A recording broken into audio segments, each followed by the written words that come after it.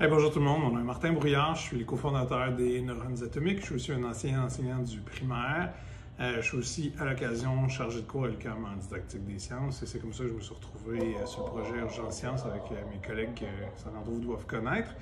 Vous êtes au deuxième cycle dans votre cas, puis vous avez l'activité Faire et céréales. Il y a le guide qui vient avec, qui est assez facile à suivre. Vous devriez être capable de l'animer sans trop avoir besoin d'autres choses. Je suis toujours présent sur la page Facebook si vous avez des questions, mais le but de la vidéo aujourd'hui, c'est vraiment de expliciter ce qui va se passer dans l'expérimentation pour que vous ayez une bonne idée. Fait que ça ne durera pas super longtemps. L'idée, c'est de vous le montrer, puis différentes possibilités aussi.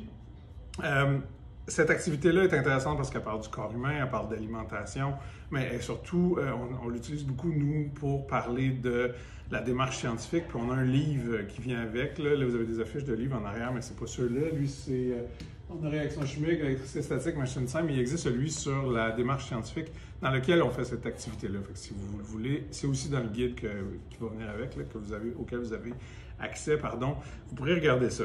Mais moi, je vais m'occuper de vraiment vous montrer ça et différents chemins possibles. Alors, la question est la suivante, c'est est-ce qu'il y a vraiment du fer dans nos céréales? Et si vous lisez ou vous utilisez le livre, c'est l'histoire de Charlotte qui se lève un matin, qui a sa boîte de céréales et qui lit les ingrédients, puis qui découvre qu'il y a du fer, il y a même du zinc, il y a du cuivre, du magnésium, qui sont tous des métaux.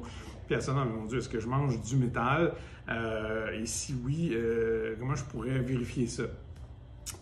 Alors, c'est écrit qu'il y a du fer, mais est-ce que c'est le même fer qu'il y a dans la cuillère avec laquelle elle mange ses céréales et elle décide d'explorer ça? Donc, on a une question qui se divise en sous-questions. Tu sais, puis vous allez voir, je vais suivre le guide, là. La question, il y en a deux, c'est le fer dans les céréales est-il le même que dans un clou? Et comment je pourrais faire pour le voir et l'extraire? C'est deux questions qui vont ensemble. Pour faire l'expérimentation, vous avez besoin de la liste du matériel, donc accès à un mélangeur électrique qui est ici. Je ne sais pas si vous le voyez là. Si vous n'avez pas de mélangeur électrique, il y a une autre solution qui avait été utilisée par Génial. Si vous retrouvez l'épisode de Génial où ils l'utilisent, ils prennent un Ziploc, ils mettent leur céréales, l'eau dedans et ils écrasent avec un objet comme un morceau de bois. Ça peut faire l'affaire aussi, mais évidemment, le mélangeur, c'est de loin le plus efficace. Vous avez besoin d'un aimant assez puissant. L'aimant que nous, on utilise, c'est du néodyme. C'est un aimant auquel il faut faire attention parce qu'ils sont vraiment puissants. Quand ils reçoivent un coup, ils perdent un peu de leur force, ils sont fragiles aussi. Fait qu'il faut vraiment faire attention quand on l'utilise, mais une fois qu'on explique les consignes aux élèves, ça va quand même assez bien. Si vous utilisez vraiment moins fort, ben vous vous exposez à peut-être quelque chose qui fonctionne moins bien. Mais ça pourrait être à essayer d'ailleurs comme une autre expérience de science. Est-ce que tous les aimants ont la même puissance et obtiennent les mêmes résultats? Bref, c'est un aparté qui peut être intéressant. Aimant en néodyme, ça se trouve partout, quincaillerie, Amazon, même. Je me demande s'il n'y a pas ça dans les Dollarama. Ça vous prend également une tasse à mesurer dans laquelle j'ai déjà mis mon 200 ml d'eau qu'on va voir plus tard dans le protocole.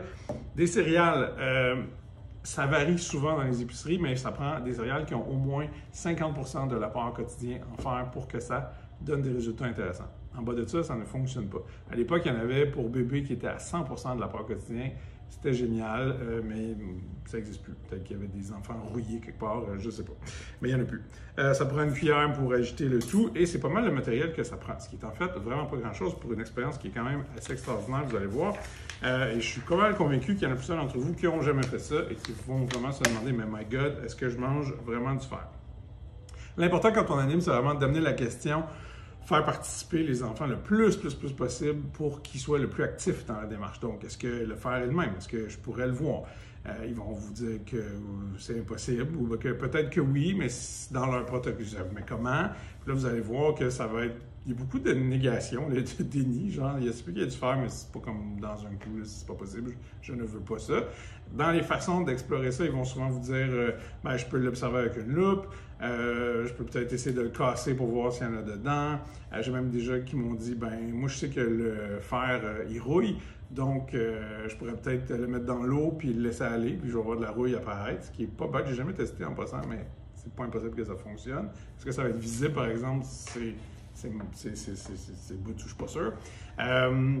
Puis des fois, il y en a qui vont sortir l'élément, qui vont dire, ben comme le fer c'est attiré par un aimant, ben je pourrais peut-être faire ça. Ce qui pourrait vous amener à faire un aparté intéressant, c'est marqué dans le document.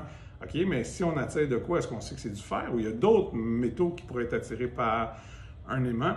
Vous pourriez regarder ça, parce que peut-être qu'il y en a qui disent « Ah, ben oui, peut-être qu'il y aurait plein de métaux. » Ben, à part le fer, le nickel et le cobalt, il n'y a rien qui peut être attiré par un aimant. Fait qu'il n'y a rien dans ces céréales-là. Il n'y a pas de cobalt et il n'y a pas de nickel. Fait que c'est attiré de quoi? C'est sûr que ça va être le fer. Ça règle la question. Mais c'est un aparté intéressant sur le magnétisme au deuxième cycle, c'est génial. Si vous pouvez décider ou de pas décider d'y aller ou pas dans cette direction-là. Maintenant, quand on arrive au protocole, c'est intéressant de le faire par les enfants. De dire, OK, mais comment on va faire? Si on a effectivement l'idée d'aller voir si c'est magnétique, bien, vous pourriez dire, OK, mais je peux prendre une céréale, puis je vais prendre un aimant. C'est vraiment la démarche en rafale, là. Question, est-ce que l'aimant peut attirer le fer qu'il y aurait potentiellement dans cette céréale-là? C'est quoi le protocole? Je prends mon aimant, je l'amène à côté de la céréale, et si la céréale tient, ben voilà, ça prouve qu'il y a du fer. Alors attention, roulement de tambour. Eh bien non. Est-ce que ça veut dire qu'il n'y a pas de fer? C'est là que c'est intéressant en science, parce que souvent c'est comme noir ou blanc, des fois c'est pas si clair. Là, ça dépend. Mais quelqu'un va peut-être vous dire, ouais, mais s'il y a un petit bout de fer là-dedans, ben la céréale est lourde. Fait que c'est peut-être ça qui fait que ça colle pas. Et là, il faut tranquillement vous allez dire, OK, mais on l'écrapoue, on la met en morceaux. Et c'est là qu'il pourrait faire de la poudre avec, puis refaire l'expérience. Si vous faites ça, je vous le conseille pas de laisser vous aller faire ça, parce que si la statique va embarquer, là, ça peut revoler partout, ça peut être salaud. Fait que j'irai pas là. Je dis, ouais, mais tu sais, si on veut comme garder ça ensemble, là, pas de poussière, c'est là que des fois l'eau va arriver. Évidemment, l'idée, c'est de ne pas montrer le matériel d'avance, hein, parce que ça va induire le protocole. Essayez de découvrir ça par eux-mêmes. OK, bon, ben de l'eau. Qu'est-ce que je fais avec de l'eau? Mais on pourrait dire, on met les céréales dans l'eau, puis on regarde. Après ça, la question de la quantité va apparaître. Si tu mets une céréale dans 200 ml d'eau, mais tu n'as probablement pas assez de céréales pour la quantité d'eau. Si tu mets comme un petit peu d'eau, puis une quantité phénoménale de céréales, tu vas avoir de la boîte. Bref, c'est tous des protocoles.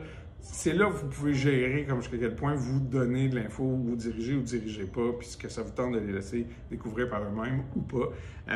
Mais c'est ça c'est de la gestion d'ouverture et de fermeture de problématiques. Moi, je vais vous donner le protocole, c'est 200 ml d'eau, une quinzaine de morceaux. J'aime bien les laisser tremper pendant une petite minute. Moi, j'appelle ça comme le spa à céréales. Ils vont être complètement détendus au moment où on va les écrapoute dans... Il faut faire une section dictée vocabulaire. Est-ce que le mot écrapoute existe pour vrai? Je vous laisse faire votre français. Mais c'est ça que je fais d'habitude. Une bonne petite minute à faire ça. Ça permet de sérieusement quand même détendre la fibre. Juste ça en soi, ça peut être intéressant. Tu sais, je mets des céréales dans l'eau froide ou dans l'eau chaude. Est-ce que j'obtiens des résultats différents? Voyez-vous, la quantité d'apartés puis de petites sciences on the side que vous pouvez faire, c'est quand même assez présent. Ça fonctionne quand même si s'ils ne sont pas complètement détendus et ramollis. On va le tester, en fait, on va le faire. Là. Ça donnera ce que ça donnera. Au pire, je changerai le truc au montage. Fait que moi, j'ai mon mélangeur que je vais utiliser comme ça. Je vais mettre le tout là-dedans. Puis dans les stratégies pour animer ça, moi, j'aime bien faire le principe de la course à relais. C'est-à-dire que chaque équipe reste à sa place, puis il y a un numéro par équipe qui a une tâche. Donc, la personne qui vient chercher un morceau retourne à sa place. Mettons la personne qui met les céréales, qui mesure. C'est la personne qui met l'eau, qui attend. La personne après ça qui va s'occuper de l'aimant. Bref, vous pourriez donner des tâches à tout le monde, puis gérer. Moi, je leur dis, c'est comme une course à relais, mais tu n'as pas le droit de courir. Fait que, tu sais, ça permet de gérer les déplacements de tout le monde dans la classe. Ça aide beaucoup. Après ça, donc, on va mettre ça au mélangeur, comme ceci. C'est décrit dans le protocole, c'est une trentaine de secondes.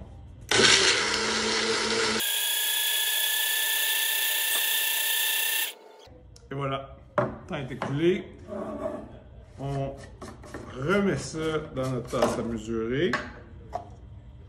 Puis comme je vous disais tantôt, c'est vraiment important d'élaborer le protocole avec les élèves, qu'il y ait un contrôle sur ce qui se passe. Des fois, faire un double versement, ça permet de tout inclure. Parce que dedans, il va m'en manquer quand même. Je vais essayer de vraiment maximiser ça. C'est vraiment moins pire. Dernier petit coup. Voilà. Et là, la technique qui fonctionne, vous ne voulez pas qu'un enfant mette ça là-dedans, la catastrophe. Fait que là, on met ça sur le côté et on y va de façon méthodique et doucement. Et on se promène, on fait tourner ça. On fait le tour. De temps en temps, ce qui peut être une bonne idée, on maintient ça là.